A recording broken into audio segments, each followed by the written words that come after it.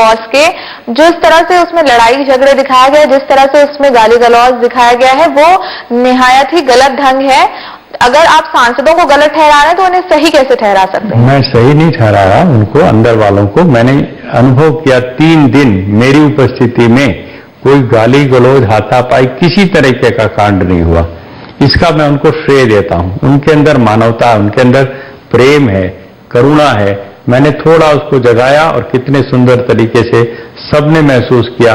गायत्री मंत्र उन्होंने पढ़ा, सहनावतु सहनो भुनक्तु का मंत्र उन्होंने पढ़ा। जिस तरह से घर के माहौल में एक पॉजिटिव एनर्जी क्रिएट की थी, आपने शायद बात के अगर वीडियोस देखे हों तो जैसे ही आपने घर के बाहर कदम रखा था, अंदर का जो असली रूप था वो दर्शकों के सामने दोबारा आ गया।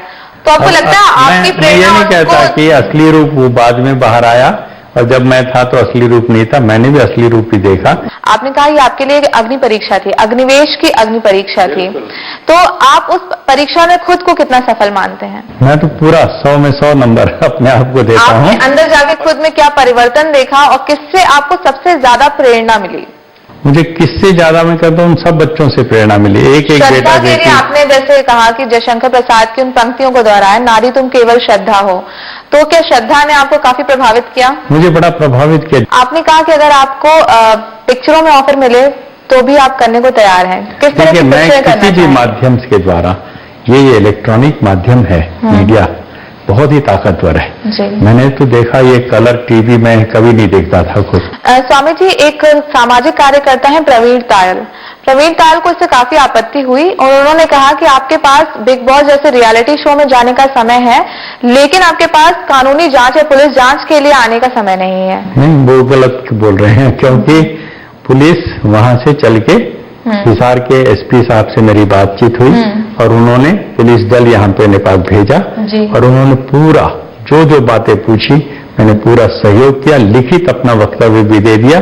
पुलिस बहुत संतुष्ट होकर के गई है, जांच चल रही है और हाई कोर्ट चंडीगढ़ ने मुझे एंटीसिपेटरी बेल दिया हुआ है और मुझे कोई गिरफ्तारी का डर नहीं है। अपने आप को तारीख बढ़ा भी रहे हैं। इसी तरीके से सुप्रीम कोर्ट में भी मैंने जो केस डाला हुआ है उसकी भी तारीख लग गई है आगे के लिए। तो मुझे कोर्ट कानून से पूरा सहयोग मिल रहा है, कोई खतरे की बात नहीं है। मतलब मुझे गिरफ्तारी की कोई चीज की नहीं है। मैं जरूर इस केस को चाहता हूं पूरे देश के सामने रखूं। मैंने कोई गलत काम का किया हो कानून में तो उसकी मुझे सजा मिलनी चाहिए और मैं उसको सहर्ष लेने के लिए तैयार हूं। जेल जाना पड़े तो मैं लूंगा, लेकिन यदि मेरी अभिव्यक्ति की स्वतंत्रता है और यदि मैंने संविधान की धारा 51A के अनुसार जो मेरा नैतिक नहीं संवैधानिक दायित्व बनता है, धारा 51A हमारे भारत के संविधान में नागरिकों के मौलिक ड्यूटीज, एक तो राइट्स होते हैं फंडामेंटल राइट, एक फंडामेंटल ड्यूटीज की बातें करता कि हर नागरिक की जिम्मेदारी है कि वो देश में वैज्ञानिक सोच को बढ़ावा दे। ठीक है ना? तो मैं उसके अनुसार काम कर रहा हूं, वेदों के अनुसार काम कर रहा हूं, उपनिषदों के अनुसार काम कर रहा हूं। बिग बॉस के अंदर स्वामी जी आपने कहा था कि आप बाहर निकलकर अन्ना हजारे से माफी मांगेंगे।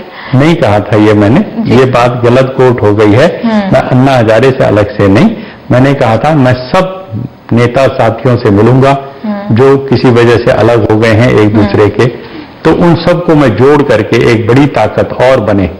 माफी मांगेंगे ये शब्द माफी मांगने के लिए मैंने कहा था जब मैं मनाने जाऊंगा सबको तो हाथ जोड़ूंगा, पैर पकड़ूंगा और कोई मुझसे कोई बताएगा कि आपने ये गलती की है तो उसके लिए मैं माफी मांगने के लिए तैयार। स्वामी जी यहाँ पे हम एक छोटा सा ब्रेक लेंगे, लेते हैं एक छोटा सा ब्रेक और ब्रेक के बाद स्वामी जी से ही जानेंगे कि टीम अन्ना से अलग होने के आखिर ऐसे कौन से कारण थे जिससे उन्हें अलग होना पड़ा।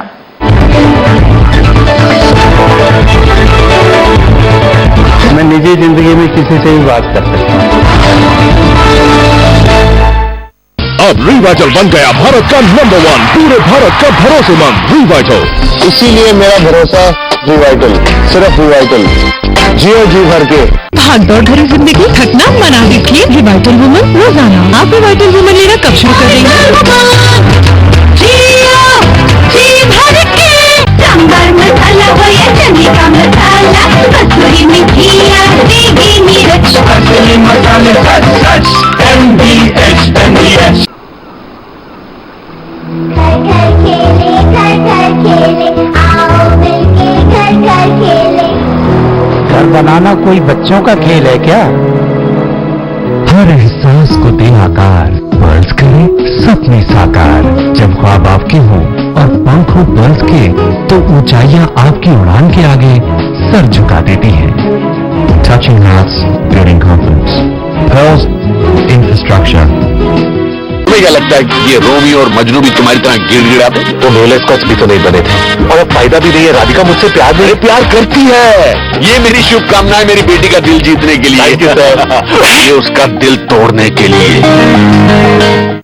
विचार और कला भाव की, अर्थ परख और ज्ञान रूप की, सब विद्याएं करें प्रभावित। नव कल्पना मन में जगे, नव व्यंजना सुर में सजे। वाणी कलम को गति मिले, कर दो कृपा मां शारदे, कर दो कृपा मां शारदे। सही वक्त पर हर वक्त मानव सेवा में समर्पित ज्ञान सागर एजुकेशनल एंड चैरिटेबल ट्रस्ट। इस उम्र में भी मेरे सारे के सारे दांत सुरक्षित थे।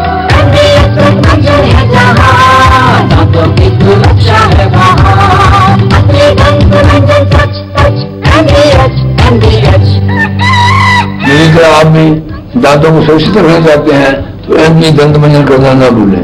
इस बार शुक्रवार में आवरण कथा और कितने राज्य, करोड़पति विजेता सुशील कुमार भी हैं शुक्रवार के फैन। सबसे अलग शुक्रवार।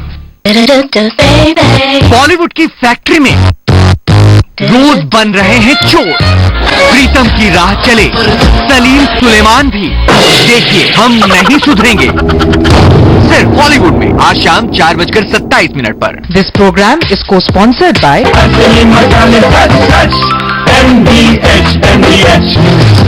हम माचो बड़े आराम से।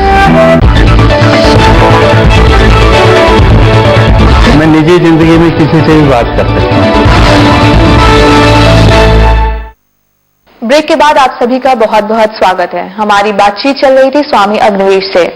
स्वामी जी, अब हम जानना चाहेंगे कि आप अन्ना हजारे के आंदोलन से शुरू से ही जुड़े रहे हैं। जब से जंतर मंतर पर आंदोलन शुरू हुआ था तब शायद अन्ना को वर्ल्ड वाइड या नेशनल वाइड इतना जाना नहीं गया था।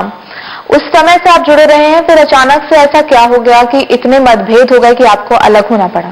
जंतर मंतर पर आंदोलन जब शुरू हो गया तो स्वाभाविक था कि मैं उसमें प्रमुख भूमिका में था ही था। जब रामलीला मैदान में चला तो उसमें भी मेरी भूमिका थी। लेकिन मतभेद कुछ अंदर काम करते हुए इतने गहरे होते चले गए कि व्यक्तिगत स्तर पर मुझे अपमानित होना पड़ रहा था। जैसे मैं उसको बता नहीं सकूंगा, क्योंकि बताने से आंदोलन को धक्का लगेगा। और कोई वैचारिक मतभेद है या सिर्फ अपमान के कारण आप उनसे अलग हुए हैं? आप खुद अलग हुए हैं या टीम अन्ना ने आपको अलग कर दिया है? कांग्रेस पार्टी को टारगेट करना शुरू कर दिया, हिसार के चुनाव में जैसे किया, फिर उत्तर प्रदेश की यात्राओं में किया। तो मैं अकेला नहीं, जस्टिस संतोष हेगड़े अलग हो गए, पीवी राजगोपाल जी अलग हो गए, जो एकता परिषद के अभी 1 लाख लोग आदिवासियों का पैदल यात्रा लेके दिल्ली आने वाले हैं वो।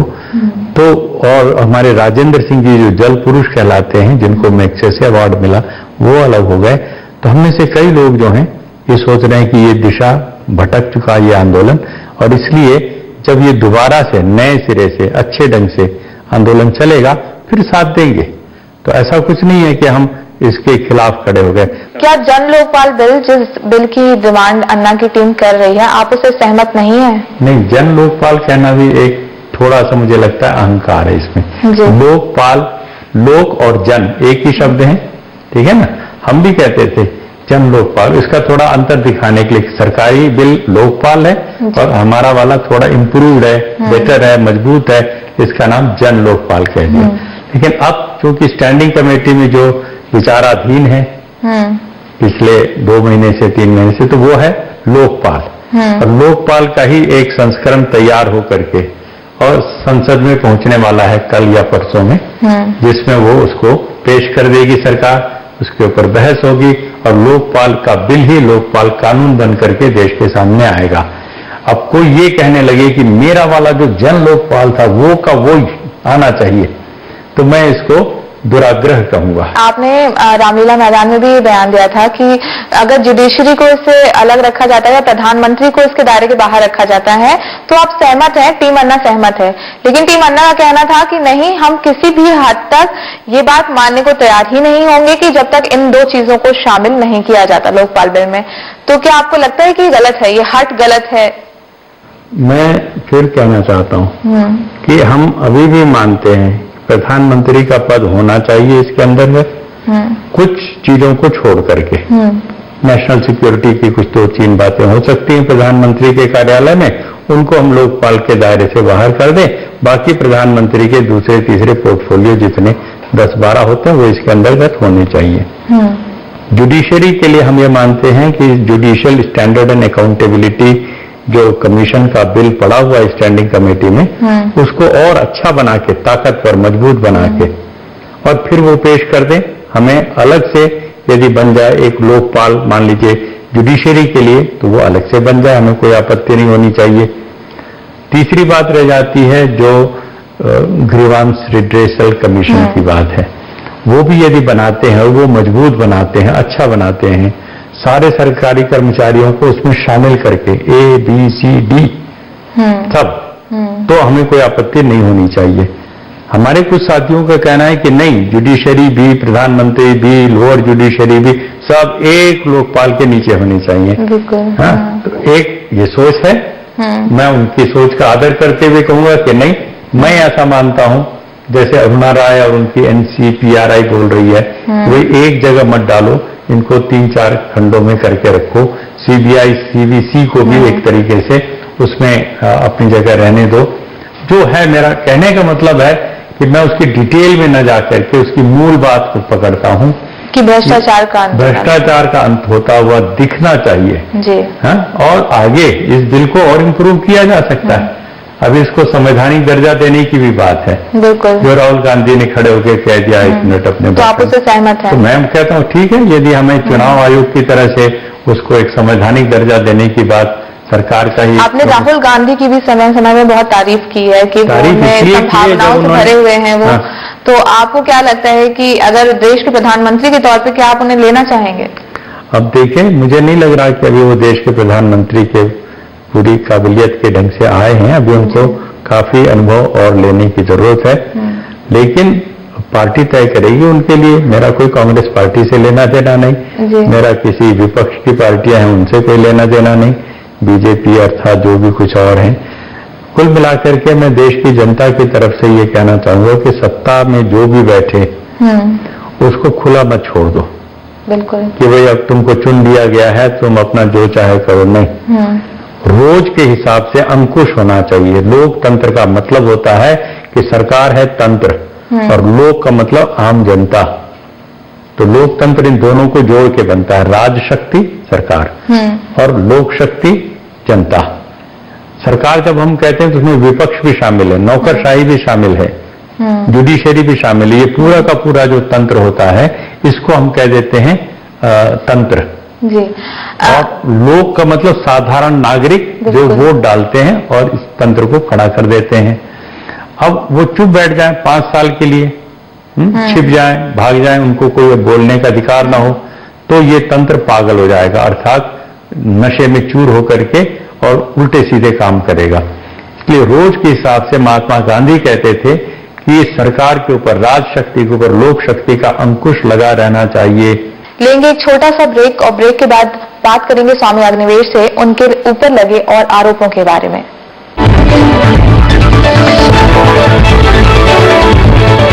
मैं निजी जिंदगी में किसी से भी बात कर सकता हूँ। स्लिम, स्मार्ट और फिट कौन नहीं दिखना चाहता, और इसके लिए मैंने अपनाया जॉली फैट को। स्लिम, स्मार्ट और फिट दिखने का सबसे आसान तरीका, jolly fat go slim capsule and anti cellulite oil. Sambar masala हो या चने का मसाला, कसूरी मेथी या देगी मिर्च, असली मसाले सच MDH। Warmth and care live together, warmth and care live together, body care insider, share happiness, warmth and care. Body care insider thermal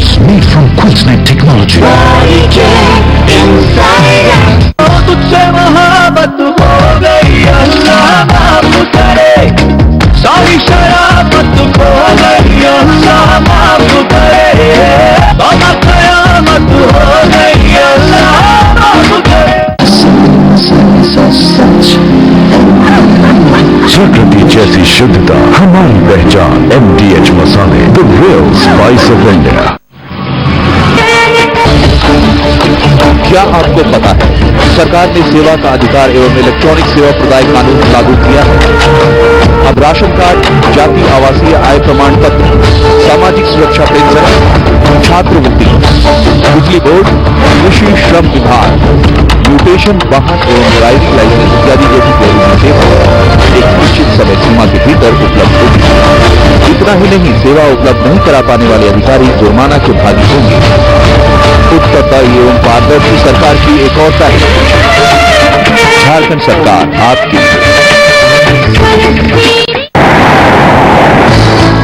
MDH की दुनिया में आपका स्वागत है।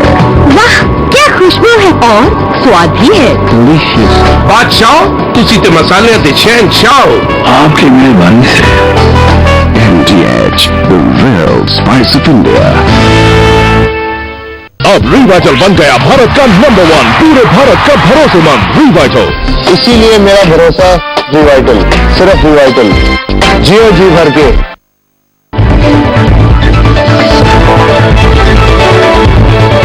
मैं निजी जिंदगी में किसी से भी बात कर सकता हूँ। ब्रेक के बाद आप सभी का स्वागत है। स्वामी जी, आंदोलन के दौरान जो सबसे विवादास्पद चीज रही वो थी वो सीडी, वो वीडियो सीडी जिसे पूरे देश ने देखा, जिसमें आप बातचीत करते हुए सुनाई दिए कपिल नाम के किसी व्यक्ति से। हम जानना चाहेंगे आपसे कि आप आज इस नेशनल टेलीविजन में आप बताइए खुद ही कि वो कपिल नाम के व्यक्ति क्या कपिल सिब्बल थे या फिर वो आखिर जो एक रहस्य बना हुआ है वो क्या था? पहली बात तो मैं आपको बताऊं स्मृति जी कि वो सीडी इस तरह से बनाना, उसे दिखाना गैर कानूनी, असंवैधानिक। बिल्कुल। उसके ऊपर चर्चा करके मैं उसमें और इजाफा नहीं करना चाहता। जी। अभी तक भी जो कुछ हुआ है वो गलत हुआ, इसलिए मैं इस विवाद को यहीं खत्म करता हूँ। मुझे कोई फर्क नहीं पड़ता, मुझे कोई फर्क नहीं पड़ता कि कोई कहे कि जी आप कपिल सिब्बल से बात कर रहे थे तो कर रहा था, ठीक है ना, कर लो, मेरा क्या करना है, ठीक है ना। जी, मतलब आप सीधे सीधे चुनौती दे रहे हैं क्योंकि वो कॉल डिटेल्स भी निकलवाई गई हैं, उसमें सलमान खुर्शीद जी का नंबर था। वो सब तो सलमान खुर्शीद से तो मैं कब मना कर रहा हूँ।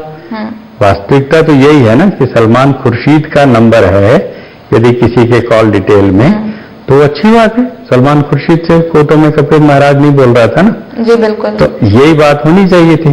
फिर सलमान खुर्शीद से बात कर रहा था, या आगे बढ़ के मैं कहता हूँ कपिल सिब्बल से भी मैं बात कर रहा था, कुछ भी बात कर रहा। मैं निजी जिंदगी में किसी से भी बात कर सकता हूँ। असल में जिस और कुछ भी मैं बोल सकता हूँ, उसको व्यक्ति को आपत्ति हो। आप कुछ भी कर सकते हैं स्वामी जी, किसी से भी बात कर सकते हैं, लेकिन क्योंकि उस समय अन्ना का आंदोलन चल रहा था जो कि सरकार के अगेंस्ट में था, सरकार उनसे किसी भी तरह उनकी बातों को मानने को तैयार नहीं थी। ऐसे में आप जबकि मध्यस्थ की भूमिका निभा रहे थे, उस समय बातचीत के दौरान आपने अन्ना की टीम को या अन्ना को पागल हाथी भी कहा था। तो आपको यदि मुद्दों को उठाया कोई था? जरा भी सबूत हो तो आप मुझे बताइए कि मैंने अन्ना को कहा। बातचीत करते हुए शब्द आपके रिकॉर्ड हैं जिससे नहीं, मैं वही कह रहा हूँ। एक तो मैं उन शब्दों को और रिकॉर्ड के ऊपर कोई चर्चा नहीं करना चाहता, लेकिन वो वास्तविक थे, वो क्रिएट किए हुए नहीं थे। नहीं, वास्तविक तो कुछ भी थे, जो कि ये प्राइवेट कन्वर्सेशन को यदि आप कर रहे हैं प्राइवेट वीडियो या कन्वर्सेशन को रिकॉर्ड करना निहायत ही गलत है, असंवैधानिक है। लेकिन वो क्योंकि अब पब्लिसाइज कर दिया जा चुका है, जनता के बीच में पहुंच चुका है, तो जनता भी जाने दीजिए। लेकिन अग्निवेश स्वामी अग्निवेश पर जिस जनता को बहुत विश्वास है और उनकी आस्थाओं से जुड़े हुए हैं, आप आर्य समाज से जुड़े हुए हैं, तो वो कहीं न कहीं आहत होती है जब उन्हें ऐसी बातें मैंने बहुत पहले स्पष्ट कर दिया और सब लोगों ने मान लिया कि अन्ना के लिए मैंने कभी कोई अपशब्द का, कभी इस टेप के माध्यम से भी, पहले भी, आज भी तो वो कोई पागल हाथी टीम अन्ना बिल्कुल मैंने बिल्कुल नहीं कहा उनके लिए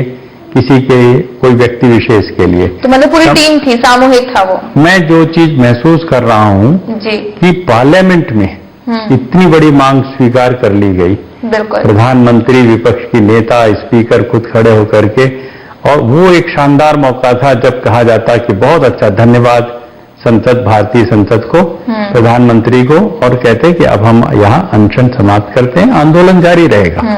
तो ये एक उसमें गरिमा बनती, देश की इज्जत बनती कि देश के अंदर ऐसे गांधीवादी परंपरा से फिर से एक बार एक शुरुआत हुई है। लेकिन हम जिद पे अड़ जाएं कि हमने नहीं मानना, अभी तुम्हारी अपील को नहीं मानना, ठोकर मारते हमको, तो ये और करो, ये और करो। लेकिन ये जो सोच सरकार है, ने उस समय अन्ना के साथ किया था, वो आप सही मानते हैं?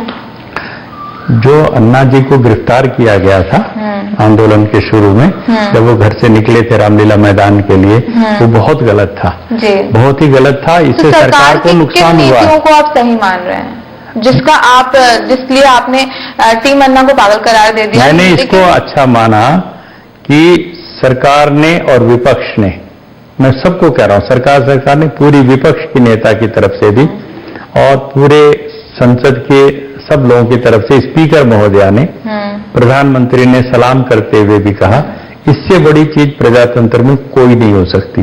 इतनी बड़ी अपील होने के बाद न मानना, ये हठ धर्मिता है। तो आपको लगता है क्या अन्ना आत्महत्या कर रहे थे, या फिर उनकी टीम उन्हें आत्महत्या करवाने पे मजबूर कर रही थी? आपको ऐसा लगा क्या? मुझे ऐसा लगा कि टीम के लोग कुछ चाहते थे कि कोई शहीद हो जाए, समझे ना? तो ये बुरी बात थी। और अन्ना जैसे एक व्यक्ति को तो क्या अन्ना अन्ना को इस बात का पता नहीं था कि उनकी टीम ऐसा चाहती है? मुझे लगा बाद में, जब उनको आभास हुआ, जब वो अनशन और लंबा खींचता गया किसी भी वजह से, जो मैं कह रहा था पार्लियामेंट की अपील के समय, शायद अन्ना दिल से चाहते थे खुद तोड़ देना, लेकिन उनको और खींचा गया, और 2 दिन 3 दिन। आपने अन्ना हजारे को समझाया नहीं, उनसे बातचीत नहीं की? मैं तो यहाँ बैठा था ना, मैं वहां जाना मेरा बंद हो गया था। तब मैंने क्या पाया, अन्ना हजारे जी ने चुपचाप अपना एक और रास्ता निकाला, विलासराव देशमुख से संपर्क करवाया है, और प्रधानमंत्री से चिट्ठी मंगवाई, मराठी भाषा में अनुवाद करवा करके, क्योंकि अंग्रेजी में आती थी प्रधानमंत्री की चिट्ठी, तो पहले दूसरों के हाथ में जाती थी। मतलब अन्ना हजारे ने एक तरह से ये ट्रिक अपनाई कि उन्होंने, ट्रिक अपनाई नहीं, अपने सच्चाई का रास्ता अपनाया कि मेरी जो बात प्रधानमंत्री से होनी चाहिए, ये दूसरों के माध्यम से जो हो रही है, ये कोई किसी व्यक्ति को उन्होंने जगह नहीं दी थी, और आप कह रहे हैं कि विलासराव देशमुख को पर्सनली उन्होंने कांटेक्ट किया, तो एक तरह से राजनीतिक व्यक्ति का उन्होंने सहयोग लिया था। सहयोग लिया, और मैं अपना रास्ता उन्होंने खुद निकलवाया। मतलब आपने सबके ऊपर एक प्रश्न चिन्ह लगाकर, एक आरोप लगाकर छोड़ दिया। जी जी जी जी बिल्कुल। आपने अरविंद केजरीवाल को भी मदारी कह दिया है।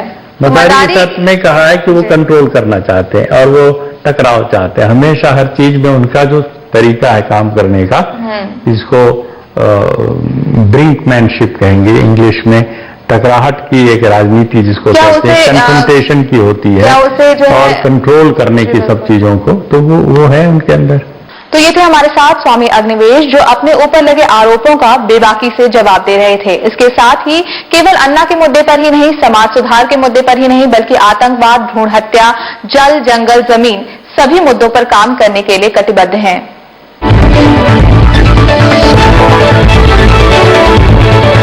मैं निजी जिंदगी में किसी से भी बात कर सकता हूँ।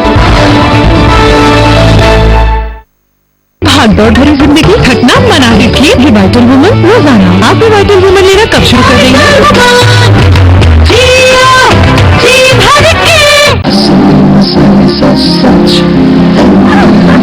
प्रकृति जैसी शुद्धता हमारी पहचान, MDH मसाले, the real spice of India.